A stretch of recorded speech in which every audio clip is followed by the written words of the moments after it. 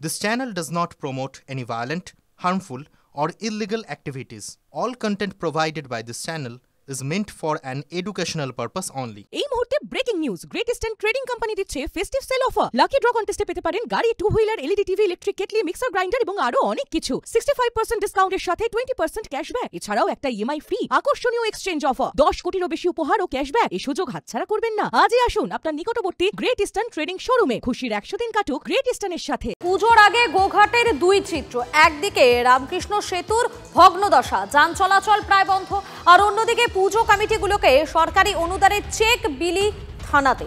আগামী দিনে অনুদানের পরিমাণ আরও বাড়বে বলে আশ্বাস সাংসদ মিতালি বাগেরও। এই চেক বিলিতে সরব হচ্ছেন বিরোধীরা। পুজোর আগে ভগ্নপ্রায় সেতু ঠিক হয় না, তার বদলে দান খয়রাতি চলছে, এমনটাই অভিযোগ করছেন বিরোধীরা। রামকৃষ্ণ সেতু ভেঙে যাওয়ায় সেতুর দুই দিকে লাগানো হয়েছে হাইটবার, যার ফলে হুগলির গোঘাট সহ দক্ষিণবঙ্গের 4-5টি জেলার সঙ্গে আরামবাগ শহরের যোগাযোগ কার্যত বিচ্ছিন্ন। পুজোর আগে কি সেতু মেরামত করা যেত না, প্রশ্ন তুলছেন বিরোধীরা। আমিও যাতায়াত করছি, দেখছি সেই কাটাই পড়ে আছে এই জায়গাটা, মানুষ অসন্তুষ্ট। সামনে পুজো, হ্যাঁ, বিশেষ করে আরামবাগ মহকুমার অর্থনৈতিক পরিকাঠামো ভেঙে পড়ছে এই শুধু একটা সেতুকে সামনে। এই জন্য রাজ্য সরকার চিন্তিত ভাবছে। আমার মতো লোক নিশ্চয়ই মনে করবে রাজ্য সরকার দৃঢ় পদক্ষেপে রামকৃষ্ণ সেতুর উপরে আমরা সকলেই জানি রামকৃষ্ণ সেতুর অবস্থা এই মুহূর্তে একটু খারাপ আছে।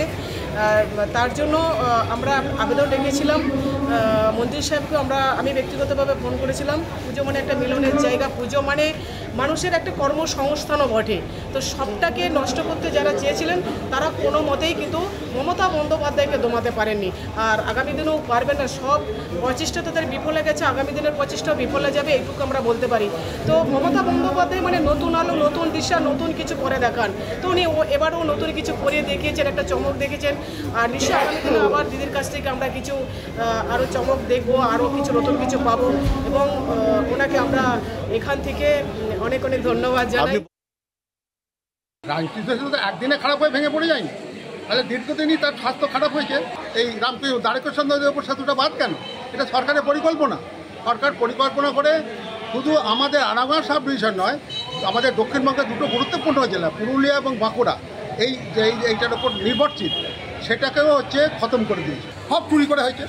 তাহলে কেন্দ্রীয় সরকারের যে টাকাগুলো আমরা পেতাম কয়েক হাজার কোটি টাকা, সেটা থেকে বঞ্চিত হলাম। রাজ্যের সামান্য তহবিল সেইটা প্রায় 7.5 লক্ষ কোটি টাকা দেনা এখন হয়ে গেছে। দেনার ওপর রাজ্যটাকে ডুবিয়ে দিয়ে একটা নৈরাজ্যের রাজ্য এখানে চলছে।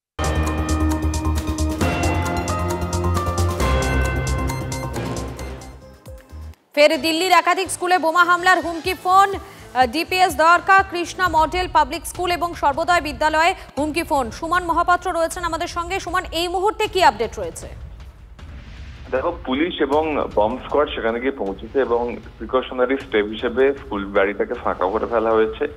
একটি স্কুল নয়, একাধিক স্কুলে এই বোমাতঙ্কের পরিবেশ তৈরি হয়েছে। তার কারণ যে কল এসেছে সেই ফোনে বলা হয়েছে যে স্কুলে বোমা আছে, কিছুক্ষণের মধ্যে সেটা বিস্ফোরণ হবে। এবং তারপরে দিল্লি পুলিশ অ্যাক্টিভলি বম্ব স্কোয়াডকে সঙ্গে নিয়ে পৌঁছে পুরো বিল্ডিং ফাঁকা করে দিয়েছে এবং বম্ব ডিটেক্টরের মাধ্যমে তল্লাশি অভিযান চালানো হচ্ছে। 8 দিন আগে দিল্লি হাইকোর্টেও একই ধরনের হুমকি এসেছিল, যদিও তারপরে দেখা গিয়েছিল যে পুরোটা একটা ভুয়ো ফোন কল। সেই জায়গায় দাঁড়িয়ে কারা এর সঙ্গে যুক্ত সেটাও কিন্তু খুঁজে বার করার চেষ্টা করছে পুলিশ। ধন্যবাদ সুমন।